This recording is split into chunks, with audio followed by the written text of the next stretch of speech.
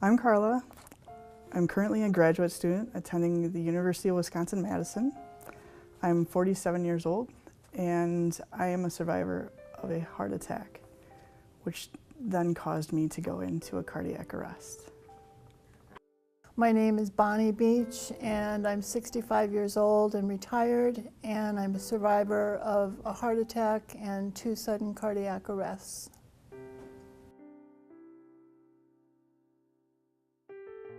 So it was May 5th. May 5th was a Monday, and I walked out of the HSLC, which is the building that's attached to the University Hospital and Clinics. That's where we go to school. I walked down Observatory Drive past the brand new nursing school.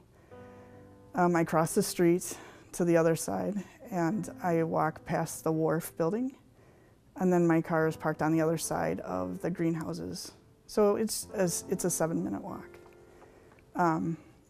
I can tell you that I know that that's what I do because I've done it for so long, and I did it every single day. But I don't remember it. I don't remember the walking that day. I don't remember anything. So on May 8th, around 4:30 in the afternoon, I remember laying in this bed, and I could hear my mom, and I could hear my sister-in-laws, and I could hear my kids and their kids just kind of laughing and talking. And then I think it was my mom or something said to me, she's like, "Don't you know?" I'm like, "What?" And she's like, "You had a heart attack." My name is Jordan Johnson. I'm a PA student here at UW-Madison. I'm 25 years old and I saved a life with CPR. I first learned CPR in my junior year of high school in health class. We were all certified as a part of our curriculum for health class. But most recently I learned CPR as a part of PA school. We took ACLS and we had a BLS certification for that. So I had an exam that morning and then we had a lecture after the exam. After that, we were free for the day, so it was about noon. I got on the bus and was on my way home. The bus slowed down a little bit and the bus driver looked out the window and said, "Is everything okay?" And some kid was standing there on his cell phone and said, "Yeah, I called 911. So I jumped off the bus, ran up there to see what was going on, and I looked down at the ground and there's just a body lying there and the face is blue. I started chest compressions and I didn't feel the need to give breaths because I remembered in ACLS we just learned you don't do that anymore. You don't need to do that anymore.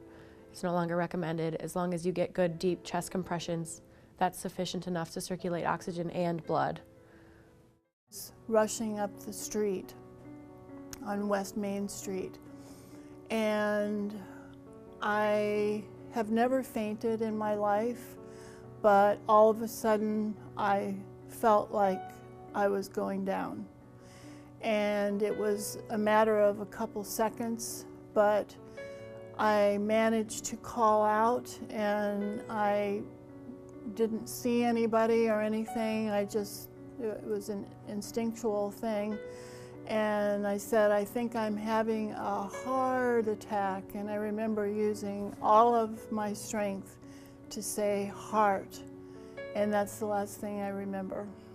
I had been in a coma for 5 days, and after I had gotten to the hospital, I went through a 10-hour surgery where my heart had ruptured. I was brought out of the coma on Saturday, I guess. I remember one nurse coming up and saying, "You don't even know what happened, do you?" And I said, "No, I really don't." My name is Jason Stein. I cover the state capitol for the Milwaukee Journal-Sentinel, and I saved a life using CPR. I think I probably learned it first in a life-saving class for being a lifeguard when I was a kid. I took it again when I became a father, and I rode my bike to work that day. It was a very nice day. I had just climbed to the top of the hill on the isthmus by the state capitol in Madison, so I was a little bit winded. I got to the top of the hill, I was riding along, and I heard the voice of a woman screaming for help. And I looked and I could not see Bonnie because she was behind an SUV. So I rode on a few yards, and I heard her cry again, and then I looked off to the side and I saw her on the sidewalk, and I hopped off my bike, and she said, "Help me, I think I'm having a heart attack." And so as I was walking towards her, I was saying, "It's gonna be okay, we're going to get you help." I knew, I hadn't taken CPR in a while. I knew that it had been updated from the 5 chest compressions and take a breath. I knew it was no longer that. I knew that I needed to focus on chest compressions. You can just sort of think of it, everyone knows that terrible feeling in the pit in your stomach when you show up for a test and you didn't study, and you can sort of imagine, but tests aren't life and death. And to have the knowledge, to have the confidence to know that, God forbid, if you're in that situation, that you can react with confidence, that's, what more do you need?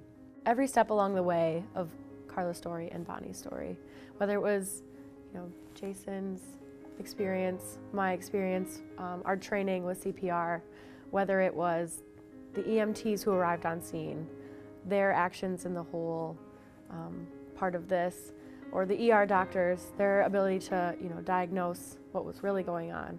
Many of these skills were funded by the AHA.